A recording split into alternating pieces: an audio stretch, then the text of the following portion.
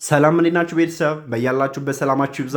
ዛሬ ደግሞ በክፍል 2 ባለ 3 እና ባለ 4 ባለ 5 ፊደል ቃል እንመሰርታለን ማለት ነው። በደንብ ተከተሉ። ለአካውንቱ ደግሞ አዲስ የሆናችሁ ቤተሰቦቼ የፕላስ ምልክቷን ጫን ብላችሁ ቤተሰብ እንሆን። ቪዲዮውን ደግሞ ላይክ፣ ኮሜንት፣ ሼር ማድረጋችሁ እንዳትረሱ። ሼር ኮፕሊንግ ማድረጋችሁ እንዳይረሳ ማለት ነው። በኦንላይን አማርኛን ካላችሁበት ቦታ ሆናችሁ ለመማር ታች ላይ ባስቀመጥኩላችሁ ስልክ ቁጥር ማለትም በ0953 61 59 56 ኢሞ፣ ዋትሳፕ፣ ቴሌግራም ላይ አናግሩን ማለት ነው። ቀጥታ ወደ ትምህርቱ ነው የምንሄደው። ተከተሉኝ በደንብ እሺ። ዛሬ ደግሞ የምናየው ባለ 3 ፊደል ቃል እንመሰርታለን ማለት ነው። ባለ 3 ባለ 4 እና ባለ 5 ፊደል ቃላትን እንመሰርታለን ማለት ነው። በደንብ ተከተሉኝ እሺ ቤተሰብ። እሺ እንጀምር። ልብስ ልብስ ልብስ ልብስ ልብስ አይደል? ልብስ ባለ ስንት ነው? ባለ 3 ፊደል አይደለ? ማን ልብስ ልብስ ልብስ።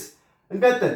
ኩራት ኩራት ኩራት ኩራት ኩራት ባለ 3 ኩራት። ካውያ ካውያ ካውያ ባለ 3 ፊደል ቃል መሰረት ነው ማለት ነው። ማን ልብስ፣ ኩራት፣ ካውያ። እንቀጥል። ዳውሮ ዳውሮ ዳውሮ ዳውሮ ዳውሮች ካላችሁ ወይ የበሉኝ እሺ። ዳውሮ ዳውሮ። እንቀጥል። ድመት ድመት ድመት ድመት። ሙቀት ሙቀት ሙቀት። ባንክ ባንክ ባንክ። ስለዚህ ልብስ፣ ኩራት፣ ካውያ፣ ዳውሮ፣ ድመት፣ ሙቀት፣ ባንክ ይላል ማለት ነው። በጣም አሪፍ። አሁን ደግሞ አየር ሰዓት ለእናንተ ሰጣችኋለሁ፣ ታነባላችሁ ማለት ነው። እናንተ የሚጠበቅባችሁ ማንበብ፣ እኔ ደግሞ መጠየቅ ነው ማለት ነው። በደንብ መልሱልኝ። የመጀመሪያው ምንድን ነው የሚለው? ልብስ አይደል? ልብስ። ቀጣዩስ? አንብቡልኝ፣ አይዟችሁ። ኩራት ኩራት። ሶስተኛ ምንድን ነው የሚለው? ካውያ ካውያ። እሺ አራተኛ ዳውሮ። ጎበዞች። እሺ እዚህ ጋር ድመት፣ እዚህ ጋር ሙቀት። እሺ እዚህ ጋር መጨረሻው ባንክ። ጎበዞች። ልብስ፣ ኩራት፣ ካውያ፣ ዳውሮ፣ ድመት፣ ሙቀትና ባንክ ይላል ማለት ነው ውድ ቤተሰቦች። ስለዚህ አሁን ያየናቸው ባለ ስንት ናቸው?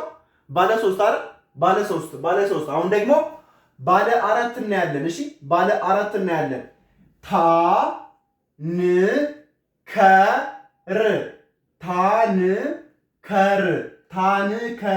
ታንከር ታንከር ባለ ስንት ነው? ባለ 4 አይደል? 1 2 3 4 ማን ናቸው? ታንከር አይደል? ታንከር።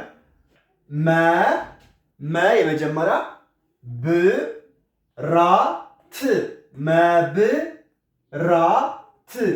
መብራት መብራት። መስራት መስራት። ድብርት ድብርት። ስለዚህ እነዚህ ባለ 4 ቃል ናቸው ማለት ነው። ባለ 4 ፊደል ቃላት ናቸው ማለት ነው። ወደ ቤተሰብ ምን ታንከር፣ መብራት፣ መስራትና ድብርት። አሁን ደግሞ ባለ 5 እናያለን። ተከተሉኝ።